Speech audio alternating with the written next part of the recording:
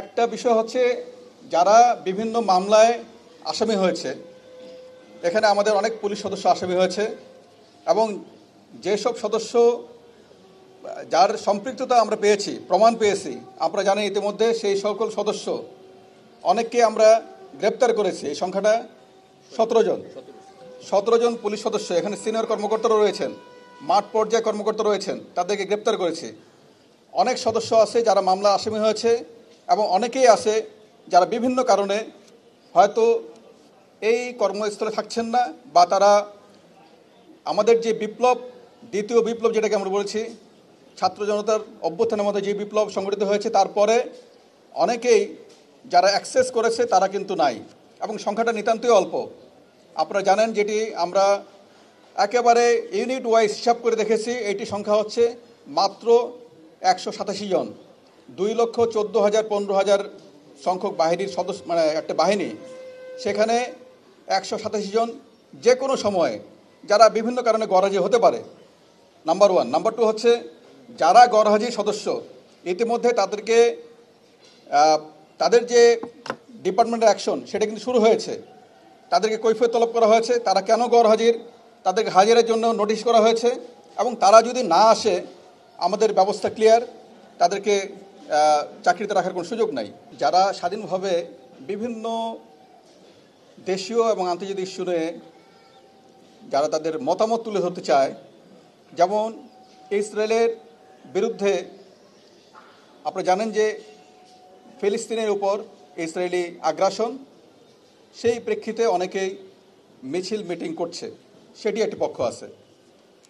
স্বাধীনভাবে আমরা যেটা দেখি সেটি হচ্ছে প্রত্যেকের তার যে নাগরিক স্বাধীনতা, সংগঠন করার স্বাধীনতা, যে কোনো অ্যাসেম্বলি হওয়ার স্বাধীনতা, সেগুলি আমরা দেখতে চাই। সেগুলি আমরা যেন এই বাংলাদেশে সে তার এটি স্বাধীনভাবে প্রয়োগ করতে পারে। কিন্তু কেউ জঙ্গি তৎপরতা করবে বা আইএসআই বা অন্য কোনো সংগঠনের ভাব আদর্শে চলবে, সেটার কোনো সুযোগ নাই।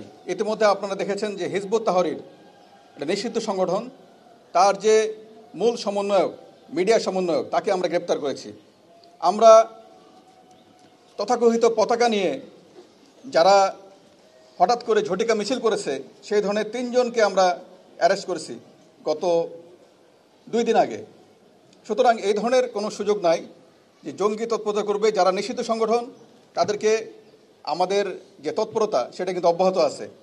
জামিন, এদের মধ্যে আমরা হিসাব করে দেখেছি যে যেসব জঙ্গির কথা বলা হচ্ছে এবং যারা জামিনের কথা বলা হচ্ছে, জঙ্গি এবং সন্ত্রাসী, এই জঙ্গি এবং সন্ত্রাসীদের জামিন কার্যক্রমটা অনেক আগের, বিগত সরকারের সময়ের। তারা কোনো কারণে তখন বের হতে পারে নাই, বের হয় নাই। আর যারা বের হয়েছে তাদের কিন্তু তাদের উপর আমাদের নজরদারি সেটি কিন্তু অব্যাহত আছে। কেউ যদি আবারও কোনো সন্ত্রাসী কার্যকলাপ জড়িত হয়ে পড়ে, কেউ যদি জঙ্গি কার্যকলাপ জড়িত হয়, সেই ক্ষেত্রে তাদেরকে বিহাইন্ড দ্য বার্স থাকতে হবে, তাদেরকে বাইরে আসার সুযোগ নাই। একটা ঘটনার প্রেক্ষিতে আপনি জানেন যে ঘটনাটা আমরা ফেস করেছি সেটা তো আনপ্রেসিডেন্টেড। আমাদের বাহিনীর 44 জন সদস্য, এই ছাত্র জনতার যেখানে সহস্রাধিক ছাত্র জনতা শহীদ হয়েছে, আমাদের বাহিনীরও কিন্তু 44 জন সদস্য তারা শহীদ হয়েছে। এবং তার প্রেক্ষিতে আমাদের বাহিনীর ভিতরে এক ধরনের নিচের দিকে বিভিন্ন ধরনের তাদের বক্তব্য ছিল, সেটা আপনারা সবাই জানেন। তার প্রেক্ষিতে রাজারবাগেও অনেক ধরনের এক ধরনের সিচুয়েশন তৈরি হয়েছিল।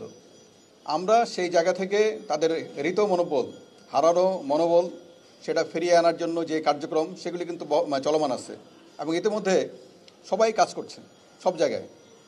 তার এই মনোবল ফিরিয়ে আনার একটা বড় কাজ হচ্ছে, পুরনো যারা কোনো একটা জায়গায় দীর্ঘদিন কাজ করেছে, নানা কারণে তারা ওই জায়গায় একটু কাজ করার ক্ষেত্রে কিছু বাধা বিপত্তি তৈরি হয়েছে, তাদেরকে অন্য জায়গায় সরিয়ে নতুন জনবল আমরা ওখানে দিয়েছি, এই কাজগুলি করেছি।